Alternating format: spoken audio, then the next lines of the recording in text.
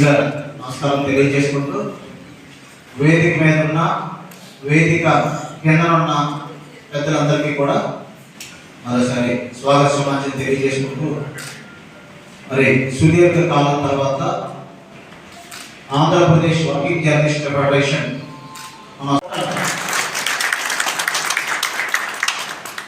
నాతో పాటు మనలందరినీ కూడా నడిపించింది ఆయనే ఇంతకాలం పాటు.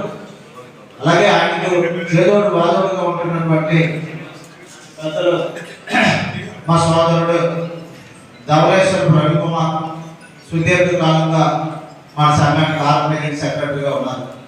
అలాగే మరో సోదరుడు మధురవాడ ప్రాంతంలో మన ఆనందంతో కలిసి ఆ ప్రాంతంలో మన యూనియన్ బలోపేతం చేసిన వ్యక్తి సాంబశివరావు గారు. అదేవిధంగా మనకి నాకు మంచి మిత్రుడు సన్నిహితుడు ఉన్నారు రాజశేఖర్ గారు. ఒకరి పేరు కాదు, అందరూ కూడా పైన ఎలా ఉన్నామో కింద కూడా అంతే స్థాయి పెద్దలు ఉన్నారు. గాజుబాక ప్రసాద్ ఉన్నారు, భీముడిపట్నం రంగనాథం గారు ఉన్నారు, సుదీర్ఘ కాలం పాటు జర్నలిస్టులు ఉన్న ఆడారు కొండలరావు గారు ఉన్నారు. ఒకరని కాదు, అందరూ కూడా పేర్లు ప్రస్తావించడంగానే మన కొండబాబు ఇలా కన్నబాబు అందరూ కూడా మరి మనతో పాటు నా సుజాత మూర్తి గారు మహిళా ఇది నుంచి ఒకరని కాదు, అందరికీ పేరు పేరున ధన్యవాదాలు. ఇస్మాయిల్ గారికి మనము నాకు ఈ మీటింగ్ చూస్తే ఏమనిపిస్తుందంటే దాదాపు 2 దశాబ్దాలు అంటే 20 ఏళ్ళు బ్యాక్ వెళ్ళినప్పుడు మనకి ఫెడరేషన్ మనందరం కూడా కలిసి ఉండేవారు. కలిసి ఉన్నప్పుడు అప్పటికి యూనియన్ ఎలా ప్రవేశించామంటే నేను సింహాచలం కంట్రిబ్యూటర్ని. అయితే మన సీతమ్మదారి ప్రెస్ క్లబ్లో ఎలక్షన్ అవుతుంది. నారాయణ గారు దానికి పోటీ చేశారు. అచ్యుతరావు గారు మనకి ఎలక్షన్ ఆఫీసర్ విజయనగరం అచ్యుతరావు గారు. అయితే ఆ సమయంలో మాకు ఫెడరేషన్లో ఓటు హక్కు ఇవ్వలేదని నారాయణ గారితో పెద్ద గొడవ ఉంటాం. చాలా గొడవ రోజంతా కూడా మధ్యాహ్నం 3 వరకు కూడా మీటింగ్ జరగకుండా స్తంభించాం. తెచ్చిన జర్నలిస్టులు అందరం కూడా అదే రోజు చివరికి పెద్ద గొడవలు అయ్యాయి. ఆ రోజు నుంచి తర్వాత యూనియన్ విడిపోయిన తర్వాత కూడా మరి ఏ యూనియన్కి కూడా నారాయణ గారు కానీ నేను కానీ ఇక్కడ ఉన్న మిత్రులు కానీ చాలామంది వేరే యూనియన్కి మారలేదు. మాకు రకరకాలుగా చెప్పారు, మీకు వస్తే మీకు ఇండియన్ జర్నలిస్టులో ఇస్తాం, లేకపోతే ఇంకో దాంట్లో ఇస్తాం కానీ అలా పదవులతో సంబంధం లేకుండా ఒకే యూనియన్లో ఉన్నంత నిర్ణయించుకొని మరి ఆ ప్రారంభమైన యూనియన్ నుంచి తర్వాత విడిపోయిన తర్వాత కూడా మన పెద్దలు ఆంజనేయులు గారి నేతృత్వంలో మనందరం కూడా జర్నలిస్టుల హక్కులు సాధన కోసం పోరాడుతున్నాం. ఆయన ఎప్పుడు కూడా మనకి రాష్ట్ర నాయకత్వం ఎప్పుడు కూడా అండగా ఉంటుంది. మన అధ్యక్షులు వెంకట్రావు గారు, మన ప్రధాన కార్యదర్శి ఆంజనేయులు గారు, వీళ్ళు ఎప్పుడు కూడా అక్కడున్న మన అందరూ కూడా మంజరి గారు కానీ మన రాష్ట్ర కార్యవర్గం అంతా కూడా మిగతా యూనియన్ల కంటే యాక్టివ్గా రాష్ట్ర ప్రభుత్వంలో ఎప్పటికప్పుడు జరుగుతున్న మార్పులను గమనించి మనకు తెలియజేసి మన యూనియన్ బలోపేతం చేయడానికి వారు ఎంతో కృషి చేస్తున్నారు. అలాగే మనకి నేషనల్ లెవెల్లో కూడా ఎలియన్స్ ఉంది. దాదాపు 18 రాష్ట్రాల జర్నలిస్టులతోనే మనకి ఢిల్లీ ప్రెస్ క్లబ్ ఉన్న డీజేయు పాండే గారి ఆధ్వర్యంలో మన యూనియన్ను నడుపుకుంటూ ముందుకెళ్తున్నాం. ఎఫిలియేటెడ్ అంటే ఒత్తిడి తెచ్చి మేము దాన్ని ఏర్పాటు చేయించగలిగాం. అవి గతంలో ఢిల్లీ వేదిక కూడా సమావేశం జరిగింది. ఇక విశాఖపట్నం వరకు వస్తే విశాఖపట్నం జిల్లాలో ఈ యూనియన్ ప్రారంభం నుంచి కూడా అత్యధిక సభ్యులున్న యూనియన్ వర్కింగ్ జర్నలిస్ట్ ఫెడరేషనే. ఇందులో ఏమాత్రం కూడా ఎవరికి సందేహం లేదు. అందరికీ తెలిసిన విషయం, ఇదేమి అందరికీ తెలిసిన విషయమే, గొప్పగా చెప్పుకోవాల్సిన విషయమే. ప్రారంభం నుంచి కూడా విశాఖపట్నం మన రాష్ట్ర ఫెడరేషన్కు కీలకమైన ఒక శాఖ. అటువంటిది మనం ఇప్పుడు జిల్లా వ్యాప్తంగా కూడా బాగా విస్తరించాం. ఈశ్వరరావు గారు, అదేవిధంగా వెంకటేష్ గారు, వాళ్ళ కార్యవర్గం అంతా కూడా బాగా పట్టుబట్టి అన్ని ప్రాంతాల్లో కూడా మన అసోసియేషన్ శాఖలు ఏర్పాటు చేశారు. భవిష్యత్తులో కూడా మనం మరింత బలోపేతం కావాలి. ఇందాక రవి గారు అన్నట్లు జర్నలిస్టులమే మోసపోతూ ఉన్నాం, ఇది కాదలేని సత్యం. ఎవరు చెప్పినా సరే అంతే. ఒకసారి ఏమో టిడ్కో ఇల్లు ఇస్తున్నామని చెప్పేసి మన దరఖాస్తులు అన్నీ కూడా తీసుకుంటే ఇల్లు వచ్చాయని చెప్తే ఆ అప్లికేషన్ అన్నీ కూడా జిల్లా పౌర సంబంధాల శాఖ కార్యాలయంలో పక్కకు చీరలు ఉన్నాయి. టిడ్కో ఇల్లు రాలేదు, ఎన్నికలు వచ్చాయి. మరొక గవర్నమెంట్ వచ్చిన తర్వాత మరింత మోసపోయారు. ఎన్నికలకు ముందు 3 సెంట్లు చేయడానికనే చాలామంది నిరుపేద జర్నలిస్టులు కూడా వారి రెక్కల కష్టం ముక్కలు చేసుకుని సంపాదించుకున్న డబ్బులతోనే ఆ మేనేజ్మెంట్కి ఎక్యుడేషన్, కొన్ని మేనేజ్మెంట్లకి ఎక్యుడేషన్ కూడా డబ్బులు కట్టి సైట్ వస్తుంది ఉద్దేశంగా ఎక్యుడేషన్ సంపాదించుకున్నారు. పనిచేసే జర్నలిస్టులే. కానీ పత్రికా యాజమాన్యాలకు నడవాలంటే, వారికి జనపత్రిక నడవాలంటే వారికి కూడా ఆదాయం అవసరం కాబట్టి వారు ఎక్యుడేషన్ సంపాదించుకున్నారు.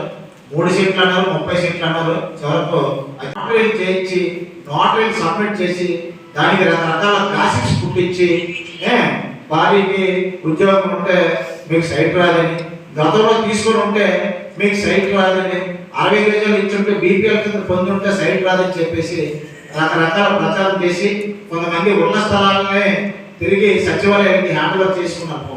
చాలా మంది ఎవరో ఎందుకు అక్కడ సాక్షిలో పంచాయతీలు కూడా ఇచ్చేసారు. చాలా మంది 60 గజాల సైటు వదులుకుంటే 3 సెంట్లు వస్తుంది, 144 గజాలు, అందులో శుభ్రంగా ఇల్లు కట్టుకోవచ్చు. కళ్ళు కలిసి చాలా మంది రిటైర్ అయిపోయిన వయసు మీద పడిన జర్నలిస్టులు కూడా ఇంతకాలం పనిచేస్తాం, ఈ సంవత్సరం సైట్ వస్తే ఇంకా మనం రిటైర్మెంట్ ప్రకటించుకుందాం కూడా చాలా మంది చూశారు. ఎంత దారుణంగా మనల్ని ఐఎన్టీఆర్ అధికారులు మోసం చేశారంటే మామూలు మోసం కాదు. మన అప్లికేషన్ అన్ని తీసుకొని ఆన్లైన్లో పొందుపరిచి మీ జిల్లాలో స్థలాలు ఎత్తుకోండి అని చెప్పి ఎక్కడి నుంచి కూడా ఏమి కదలకుండా దాన్ని మోడల్ పెట్టేశారు. కావాలనే దాన్ని నొక్కి చెప్పారు. కాబట్టి భవిష్యత్తులో కూడా మరలా మనం ఏం చేస్తామంటే మరలా మామూలే మొదటి నుంచి మళ్ళీ ఈసారి టిడ్కోయిల్లో జర్నలిస్టులు పడుతున్న ఇబ్బందులు, గత 5 ఏళ్ళు ఎదుర్కొన్న ఇబ్బందులు కూడా తెలుసు కాబట్టి చాలా వరకు సానుకూలంగా ఉంటుందని మన వరకు అనుకున్నాం. అదేవిధంగా తొలిసారిగా ఐఎన్పిఆర్ ఆఫీసర్ కూడా ఐఏఎస్ ఆఫీసర్ నియమించారు. కాబట్టి మళ్ళా తిరిగి ఎట్టి పరిస్థితుల్లో కూడా మనకి అక్రిడిటేషన్ కమిటీలు ఉంటే మన అందరికీ కూడా మన పర మత భేదం లేకుండా మేము కమిటీలో ఉన్న 4 సార్లు ఏం చేశానంటే మనకి శత్రువులు ఉన్నా మిత్రువులు ఉన్నా మనం అందరికీ కూడా అక్రిడిటేషన్ ఇవ్వాలని ఒక నిబంధన పెట్టుకొని కమిటీలో ఉన్న నొప్పించి ఒకేసారి 2255 మందికి అక్రిడిటేషన్ ఇప్పించాం. ప్రైవేట్ కుమార్ టైంలో 2255 మందికి ఇప్పించాం. అందరికీ కూడా మన ప్రత్యర్థి యూనియన్లు ఉన్నాయండి, మన శత్రువులు ఉన్నాయండి, వాళ్ళు కూడా మన మిత్రులే కదా, అందరికీ ఇవ్వండి అని చెప్పి అందరికీ ఇప్పించాం. అలాగే 2-3 సార్లు అదే జరిగింది. లాస్ట్ టైం ఏం చేశారంటే కమిటీ లేకపోవడం వల్ల మన నోరు పెగలేదు, నచ్చినట్టు వేసుకున్నారు. ఆ కమిటీలు కూడా కానీ అటాక్స్ కమిటీలు కానీ అవన్నీ కూడా తిరిగి ఆచరణలోకి రావాలి. ఇందుకోసం త్వరలోనే ఆంజనేయులు గారు కలుస్తారు. ఇక్కడ నుంచి ఒక కార్యాలయం టీం వెళ్ళి మొత్తం అంతా చంద్రబాబు గారిని కలవడం జరుగుతుంది. అలాగే ముఖ్యమంత్రి డిప్యూటీ సీఎం పవన్ కళ్యాణ్ గారికి కూడా జర్నలిస్టుల సమస్యల మీద ఆయనకి కూడా సంపూర్ణ అవగాహన ఉంది. ఆయనకు కూడా కొన్ని విషయాలు మేము తెలియజేసి ఉన్నాం, మన సమస్యలు కూడా. కాబట్టి ఖచ్చితంగా మన సమస్యలన్నీ కూడా సాల్వ్ అవుతుందని కోరుకుంటూ, మరి ప్రత్యేకంగా చెప్పాల్సింది ఏంటంటే ఇప్పుడు మనకి ఇందాక రవి గారు చెప్పినట్టు యాక్టివ్గా పనిచేసే వాళ్ళే పదవులు తీసుకోవాలి. అలా కాకుండా ప్రతిసారి కూడా నారాయణ గారు అలవాటు ఎలా చేశారంటే, నేను ఇందాక ఇంత పొగిడాను కానీ ఇప్పుడు విమర్శించిన అనుకోకండి, కానీ ఎవరిని కాదనుకున్నా వచ్చిన ప్రతి పేరు రాసి ఇవాళ కాగితం మీద రాసిన తర్వాత ఏదైనా కార్యక్రమం ఉందంటే 7-8 మంది పెట్టుకుంటున్నారు. ఒక 2 ముసలు వస్తున్నారు. ఆ చెత్త ప్రభాకరరావును చెప్పేది ఏంటంటే ఎవరు ఏమనుకున్నా సరే నేనేం బాధపడను, ఎవరైనా ఈ యూనియన్లో ఉండాలనుకుంటే అన్ని భాగంతో ఉండండి, లేకపోతే మన ప్రత్యర్థి యూనియన్లు 25 మందితో నడుపుతున్నాయి. యూనియన్ 20 మందే, తక్కువ మంది ఉంటే ఇంకా బాగా ఎక్కువ లాభం పొందొచ్చు. ఏది ఇచ్చినా 20 మందే పంచుకోవచ్చు. అర్థమైందా? ఏది ఇచ్చినా 20 మందే పంచుకోవచ్చు. 400 మంది ఉంటే మన వరకు ఏడు రాదు. అలాగే నడుపుతున్నారు 2 రోజులు బట్టి యూనియన్. ఇది సత్యమే. మనకి ఇస్తే ఇప్పుడు ఏదైనా మనం స్వీట్స్ డిస్ట్రిబ్యూషన్ చేస్తే 900 ప్యాకెట్లు ఉంటే నారాయణ గారు 600 పంచి 300 ఇంటికి పెట్టి పంపిస్తారు. ఎందుకంటే తెలుసా, సాయంత్రం అందరికీ కూడా మళ్ళీ ఎవరెవరు రాలేదో వాళ్ళందరికీ ఇంటికి పంపిస్తారు. అతను స్వీట్ తినడం, నేను స్వీట్ తినడం. నేను స్వీట్లు ఏం చేసుకుంటాం, 900 మంది స్వీట్లు పంచేవాళ్ళు 900 మంది పంచుతున్నాం. కానీ సంఖ్యాపరంగా కానీ ఏదైనా యాక్టివిటీస్ అయితే మన సభ్యుల సంఖ్య పెరగాలి. ప్రతి ఒక్కరు కూడా యూనియన్లో ఎదగాలి. ప్రతి ఒక్కరు కోరుకుంటారు ఎదగాలని. కానీ మనందరం కూడా నేను ఒక్కరిని సాయం చేయక ఎంతగా చేయగలను, 5,000 చేయగలను, 10,000 చేయగలను, నాకు కూడా ఏదైనా రావాలి. నేను కూడా నా భార్య పిల్లలు కూడా బతకాలి కదా. అలా కాకుండా అందరం కూడా ఏదైనా యాక్టివేట్ పెడితే ఇప్పుడు సిటీలో కల్చర్ నడుస్తుంది కానీ అదే ఎక్కువైపోయింది. ఇప్పుడు ఎవరైనా ఒక రోజు 2 రోజులు ఉంటే నిజంగా జెన్యున్ పేద జర్నలిస్టులు అయితే వెంటనే 25-50 వేస్తారు. ప్రతి ఒక్కరికి ఎక్కడెక్కడో సంబంధం లేకుండా ఫోటో తెచ్చి ఏదైనా పేద జర్నలిస్టులు మీరు సాయం చేయండి. ఎవరైతే రోజు డబ్బులు ఏమిటి మనం మాత్రం అంతమంది డబ్బులు ఉన్నారా? కాబట్టి ఏంటంటే ఈ యూనియన్ ఉంటే యూనియన్ ఉన్న ఉండండి, వేరే యూనియన్లకు వెళ్ళిపోవాలనుకుంటే స్వచ్ఛందంగా వెళ్ళిపోతే ఇందులో ఏం వ్యాపారం లేదు. 40 మంది ఉన్నా 50 మంది ఉన్నా యూనియన్ అలాగే ఉంటుంది, ఏం అవ్వదు. మిగతా యూనియన్ అసలు ఏమి రిటర్న్సే ఫైల్ చేయడం లేదు. ఈ ఆంజనేయుడు గారు మన మీద ప్రజలు ఇచ్చి విపరీతంగా 600-700 మంది మన రిటర్న్స్ పంపిస్తాం, క్రమం తప్పకుండా పంపిస్తాం.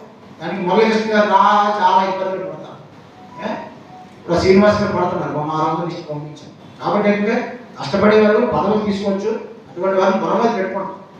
నిజంగా మన యాక్టివిటీస్ కంటే ఆంధ్రప్రదేశ్ వర్కింగ్ జర్నలిస్ట్ ఫెడరేషన్ ఆధ్వర్యంలో జరిగినటువంటి ఎన్నికల్లో నన్ను కార్యదర్శిగా ఎన్నుకున్నందుకు మన ఏపీడబ్ల్యూజేఎఫ్ సభ్యులందరికీ నా హృదయపూర్వక ధన్యవాదాలు.